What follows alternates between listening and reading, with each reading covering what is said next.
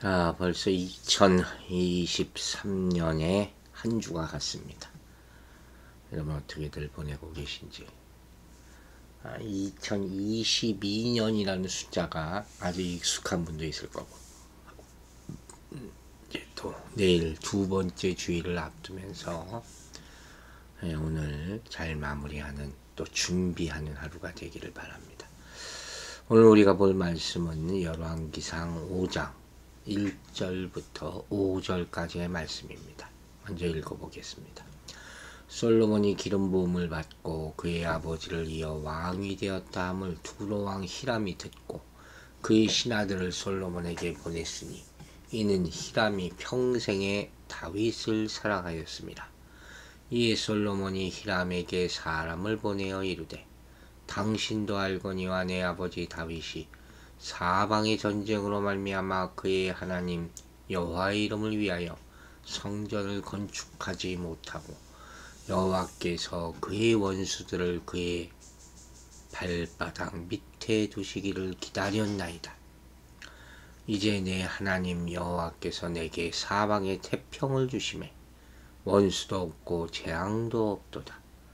여호와께서 내 아버지 다윗에게 하신 말씀에 내가 너를 이어 내 자리에 오르게 할 내 아들 그가 내 이름을 위하여 성전을 건축하리라 하신 대로 내가 내 하나님 여호와의 이름을 위하여 성전을 건축하려 하오니. 자, 드디어 그 유명한 또 솔로몬이 성전을 짓는 장면이 나오죠. 지혜를 구한 얘기도 많이 알려져 있지만 이 성전 구한 스토리도 그에 못지않게 유명한 그런 말씀입니다. 그래서 이 열왕기상 5장에서 8장까지는 이 솔로몬이 성전을 건축하고 낙성식을 거행한 사건이 나와 있어요. 그리고 성전 건축 역사의 기록 중간에 솔로몬이 자기 궁을 건설한 내용도 삽입해서 기술하고 있습니다. 오늘 우리가 볼 말씀은 이 솔로몬이 성전 건축을 위해서 준비하는 과정이죠. 우리가 오늘 말씀을 살펴보는 가운데 이 말씀을 통해서 계시하시는 하나님의 계시가 과연 무엇인지를 배울 수 있기를 바랍니다. 먼저 1절을 보면 솔로몬이 기름 부음을 받고 아버지를 이어 왕이 되었다 함을 두로왕 히람이 듣고 그의 신하들을 솔로몬에게 보냈다. 이는 히람이 평생에 다윗을 사랑하였습니다. 이 솔로몬이 왕이 되었다는 소식이 온 사방에 퍼졌겠죠. 그 가운데 이방 나라 두로왕 히람이 사절단을 보냈다는 그 이유는 히람이 평생에 다윗을 사랑했기 때문이다. 자, 왜 이방 나라 히람이 다윗을 사랑했다는 표현이 나왔을까? 바로 하나님께서 다윗을 이스라엘 왕으로 삼으시고 그 나라를 높였다는 그 사실을 알았기 때문에, 그로 말미암아서 그런 거예요. 이스라엘의 왕이나 개인이 높여진 사건은 다 여호수아를 보면 알죠. 하나님, 그 뒤에 계신 하나님 때문이에요. 즉 이것을 보면 히람도 비록 이방나라 왕이었지만 하나님을 믿는 사람이었다 하는 것을 추측해 볼 수가 있어요. 사무엘하 5장 6절부터 보면 이런 말이 나오죠. 왕과 그 종자들이 예루살렘으로 가서 그 땅 거민 여부스 사람을 치려하매 그 사람들이 다윗에게 말하여 가로되 네가 이리 들어오지 못하리라. 소경과 절뚝발이라도 너를 물리치리라 하니 저희 생각에는 다윗이 이리로 들어오기를 못하리라 함이라. 다윗이 시온 산성을 빼앗았으니 이는 다윗성이라. 그날에 다윗이 이르기를 누구든지 여부스 사람을 치거든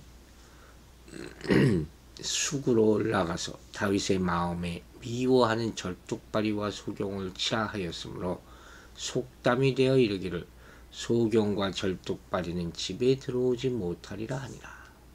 다윗이 그 산성에 가하여 다윗성이라 이름하고 밀로에서부터 안으로 성을 둘러 싸우니라.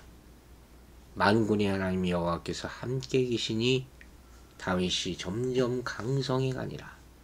두로 왕 히람이 다윗에게 사자들과 백향목과 목수와 석수를 보내매 저희가 다윗을 위하여 집을 지으니 다윗이 여호와께서 자기를 세우사 이스라엘 왕으로 삼으신과 그 백성이 이스라엘 위하여 그 나라를 높이신 것을 아니라. 여기 두로 왕 히람이 나오잖아요. 이렇게 성경은 보는 거예요. 자, 여기서 우리는 기름 부은 다윗을 대하는 사람들의 두 가지 태도를 보는 거죠. 예루살렘을 먼저 차지하고온 자들은 다윗을 조롱했죠. 그에 비해서 두로 왕 히람은 다윗이 예루살렘 성을 차지하고 나자 사절 땅과 백향목과 목수와 석수를 보내서 그들이 다윗을 위하여 집을 짓게 하는 것이죠. 이는 10절에서 만군의 여호와 하나님께서 함께 계시니 다윗이 점점 강성해지는 것을 보는 것이 히람이 봤다는 것이죠. 이 하나님의 역사하심을 보는 눈이 있어야 되는 거예요. 이때 반대편에 서면 어떻게 돼요? 결국 망하는 길로 가는 것이죠. 이 말씀을 예수님과 연결하여 우리가 봐야 되는 거죠. 예수님에 대한 반응도 분명히 두 편으로 갈라지지 않습니까? 즉 예수 그리스도의 십자가에 대한 반응이 어떻게 보이는가에 하는 운명이 바뀌는 거예요. 십자가에 대한 두 가지 반응이 있잖아요. 믿지 아니하는 자들에게는 미련하게 보이고 믿는 자들에게는 하나님의 능력으로 보이고, 이게 십자가에 대한 두 가지 반응 아닙니까? 고린도전서 1장 18절을 보면 십자가의 도가 멸망하는 자들에게는 미련한 것이고 구원을 얻는 우리에게는 하나님의 능력이다, 이렇게 나타나지 않았습니다. 이걸 우리는 명심해야 할 줄로 믿습니다. 자, 이 히람, 특별한 사람이죠. 이게 다윗 왕에게 이미 궁전 건축에 필요한 역군들과 건축 자재를 보낸 것이죠. 그 요세푸스에 의하면 이 예루살렘 성전 건축은 히람 왕 11년 혹은 12년에 있었던 것으로 보이거든요. 그 성전 기초를 놓은 때가 솔로몬 왕 4년이었기 때문에 이 히람의 재위 기간이 다윗의 재위 기간과 7년 내지 8년이나 겹치게 되는 것을 또 볼 수가 있어요. 동시대 사람이라는 것이죠.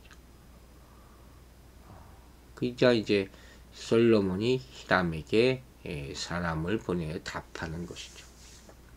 히람이 보내는 사절단을 계기로 솔로몬은 사절단의 편으로 성전 건축에 협력을 요청하는 서신을 전하는 것이죠.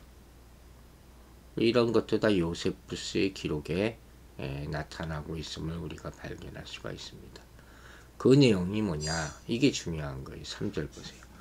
당신도 알거니와 내 아버지 다윗이 사방의 전쟁으로 말미암아 그의 하나님 여호와의 이름을 위하여 성전을 건축하지 못하고 여호와께서 그의 원수들을 그의 발바닥 밑에 두시기를 기다렸나이다. 자, 먼저 솔로몬은 왜 아직까지 성전을 건축하지 못했는지 그 이유를 말하고 있는 거예요. 다윗은 우리가 알다시피 성전 건축을 위한 많은 준비를 생전에 행하지 않았습니까? 그 중에는 많은 기술자 및 백향목을 두로와 시돈으로부터 공급받는 그런 일들이 다 포함되어 있었단 말이에요. 그리고 두로 왕 히람 역시 앞에 말한 대로 이러한 다윗의 성전 건축 준비 작업을 이미 도운 바 있어요. 그러므로 마땅히 히람은 다윗의 성전 건축 계획과 성전 건축을 향한 열망, 또 그럼에도 불구하고 성전 건축을 시도할 수 없었던 까닭까지 알고 있었을 것이라는 거죠. 다윗과 함께 일했던 사람이니까. 그거 이유를 뭐라 그래요? 먼저 사방의 전쟁으로 인하여, 즉 다윗이 성전 건축을 열렬히 소원했음에도 불구하고 시도하진 못하는 이유, 다윗은 잦은 전쟁을 치러야 했으므로 성전 건축의 기회나 여유를 갖지 못했다 하는 것이 가장 첫 번째 이유가 되는 거예요. 물론 다윗 자신은 성전 건축을 굉장히 기대했죠. 그러나 결정적으로 뭐라 그랬어요? 하나님께서 이를 허락하지 아니하셨다. 왜? 빈번한 전쟁을 치른 결과 다윗은 피를 많이 흘렸기 때문에 하나님 보시기에 평화의 성전 건축의 적격자가 아니었다는 거죠. 그리고 여기 그 얘기가 나오잖아요. 그 하나님 여호와의 이름을 위하나. 성전 건축의 목적, 이게 바로 하나님 여호와께서 자기 이름을 두시려고 하신 곳이다 하는 그런 의미예요. 그런데 이와 같은 표현을 통해서 우리가 뭘 아는 거예요? 성전 건축에 대한 하나님의 뜻을 알아야 되는 거죠. 내가 짓고 싶어서 짓는 게 아니에요.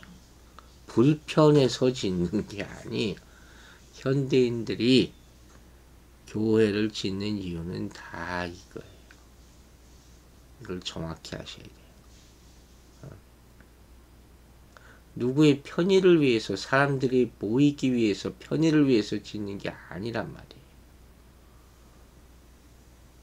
자기가 아무리 하고 싶고 사람들이 있고 도구가 있고 자원이 있고 재원이 있고 그래도 못하고 대신 준비만 한 게 바로 다윗의 위대한 거예요. 발바닥 밑에 두시기를 이런 표현을 썼어요.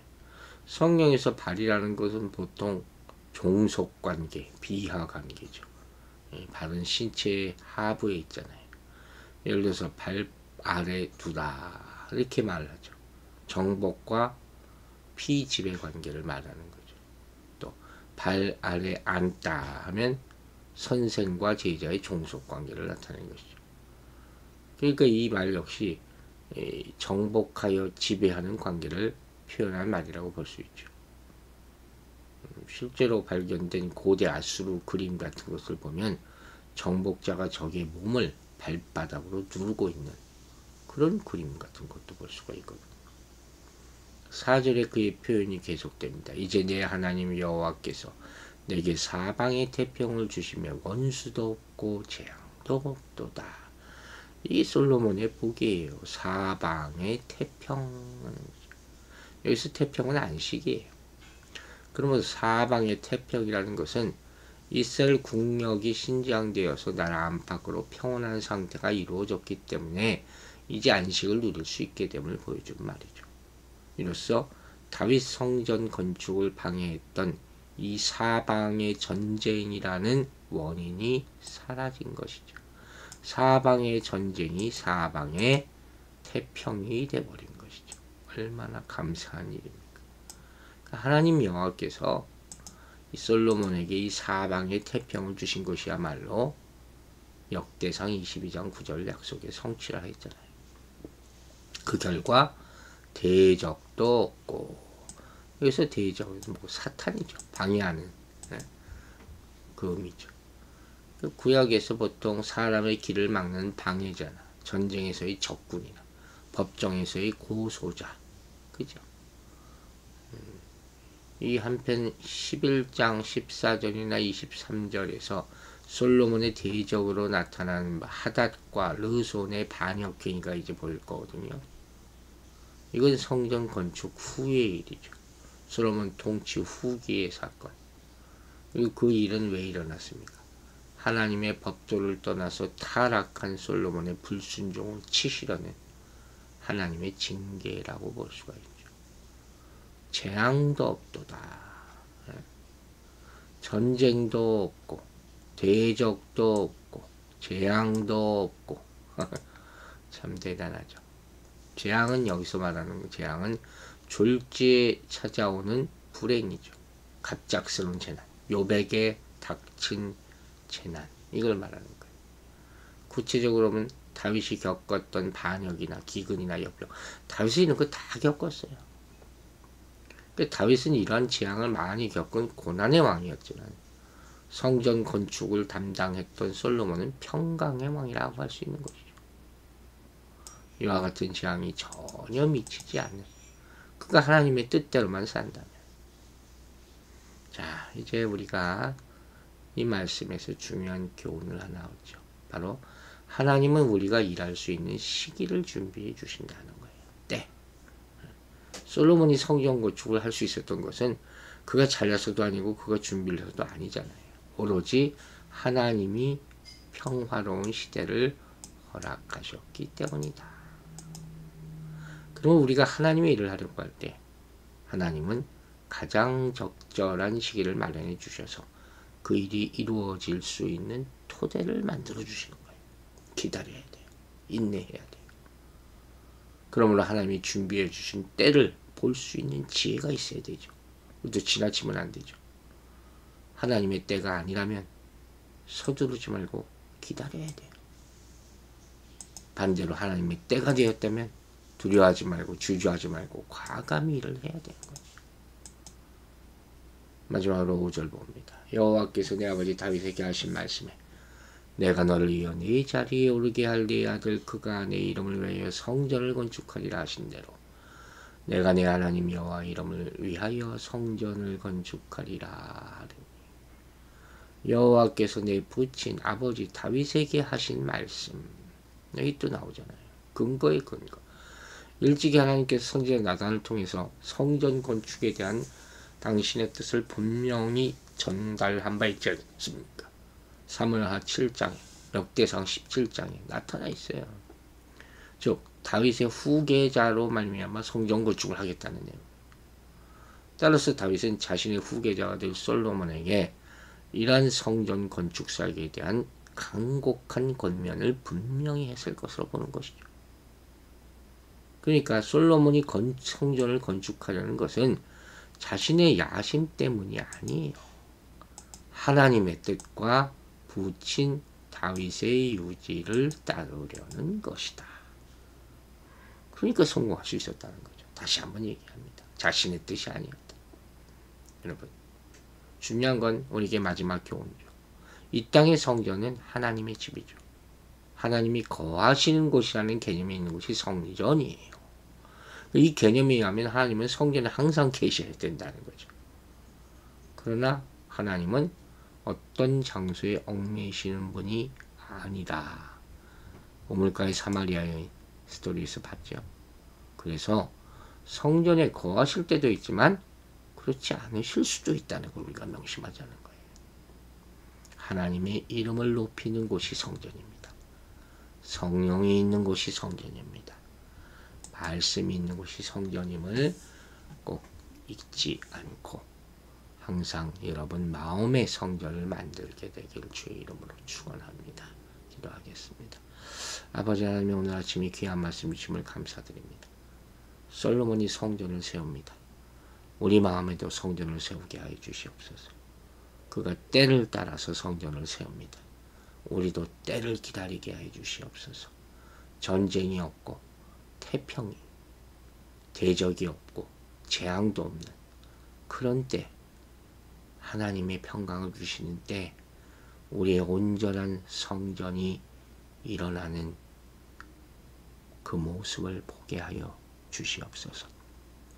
아버지, 한 주간의 삶에 감사드리고 또 내일 거룩한 주일을 맞아 우리 교회를 위해서 하나님의 능력의 말씀이 선포되게 하여 주시고 아름다운 성령의 역사가 나타나는 것을 보게 하여 주시옵소서. 육신이 약한 사람들 붙잡아 주시고 그 강한 손으로 치료하여 주시고 모두 다 교회에 나와 예배드릴 수 있는 복된 날 되게 축복하여 주시옵소서. 사단막이 틈타지 않도록 주의 거룩한 영이 우리를 지켜주실 줄로 믿사오며 예수 그리스도의 이름으로 기도했습니다.